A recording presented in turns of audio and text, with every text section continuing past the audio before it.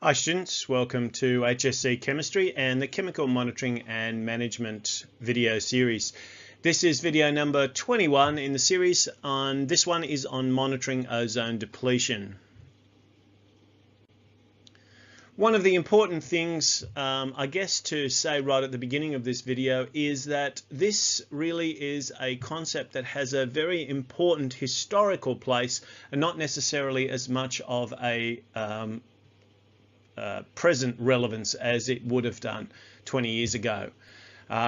The syllabus was developed at a time when we were recognizing the problems associated with the hole in the ozone layer and what we were doing in order to try and exacerbate that, or at least address that problem and see if we could reduce the problems.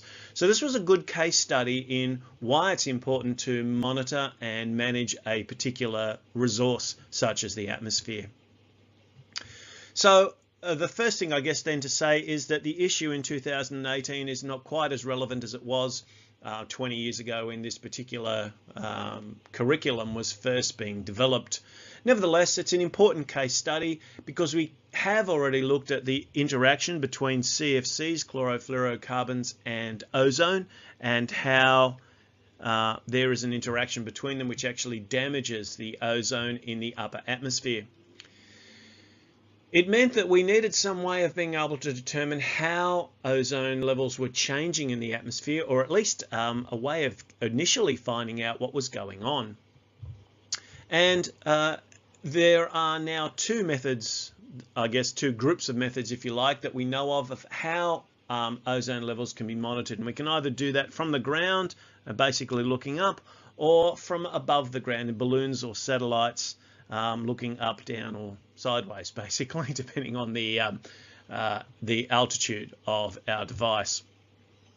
So this has enabled us to get a really good picture of what's going on with ozone distribution around the planet in the upper atmosphere and what effect that's actually having on the levels of ultraviolet radiation that are reaching the Earth. So let's first have a look at ground-based monitoring. And this is a really important technique because this is how we knew that there was a problem with ozone in the first place. If we think about the fact that white light is made up of a number of different wavelengths, and I'm just going to put a couple in just for the purpose of the discussion at the moment, in order for us to kind of understand something about how ground-based monitoring works. So if I put a little thin layer here, which is kind of supposed to represent the ozone layer, then effectively the way ground-based detectors work, and we use devices called spectrophotometers, so this big long word here, which if you think about what a meter is, it's measuring something. Photo means light, and spectra is where we split the light up into its different wavelengths or different components. So if we found a particular wavelength that was able to pass through, that gives us a level of intensity for that one, level of intensity for that one. And then if the ozone is actually going to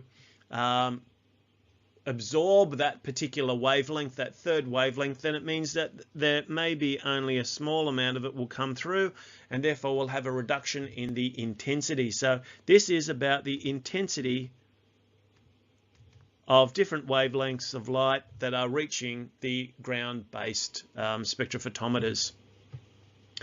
It's how we knew that the ozone layer was getting a little thinner, because we were able to find changes in the intensity of ultraviolet radiation that was reaching the Earth, and you know now that there are a couple of different types of UV radiation.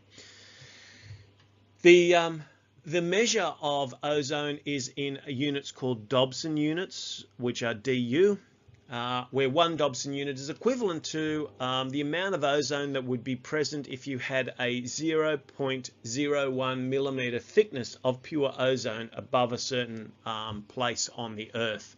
Normal levels are more like about 300 Dobson units.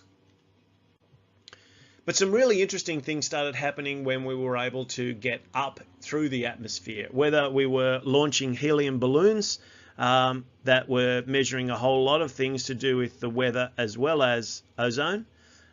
So they had a number of different instruments on them in order to do that, one of which was, of course, the spectrophotometers. but also devices like the TOMS system, which is the Total Ozone Mapping Spectrophotometer, which allowed us to start looking at two things. One, differences in altitude, as well as geographical position. So once we were able to launch devices up into the atmosphere, we were able to create a mapping, what's called a contour map. And there's one example on this slide right here, taken from your Conquering Chem book. And you can actually see here that the differences in intensity in Dobson units, these ones are much smaller. And so there's much less ozone around the Antarctic than there is as we get further and further away, as we move away from the South Pole. And this was a way of identifying how the levels, not only how the ozone was distributed around the planet, but also how those levels were changing. We could see seasonal changes, and we could also determine what the effects of the interventions were that were trying to address the reduced use of CFCs, replacement by halons, replacement by hydrocarbons, in order to see if the changes that we were making were actually having a difference on the levels of ozone. When you look at this in class, you'll see a number of different maps like the contour map shown here over time, which gives us a little bit of an idea about how these interventions have impacted on the environment over time. And this is really one of the keys of this topic of chemical monitoring and management, is how we monitor what's going on with the levels of certain chemicals in our air or water, and also how we manage any problems which may occur when the levels of those particular chemicals fall out of the ranges that we want them to be in. So just a little example here about how we have monitored and managed ozone over the past 20 or 30 years. Thanks for watching.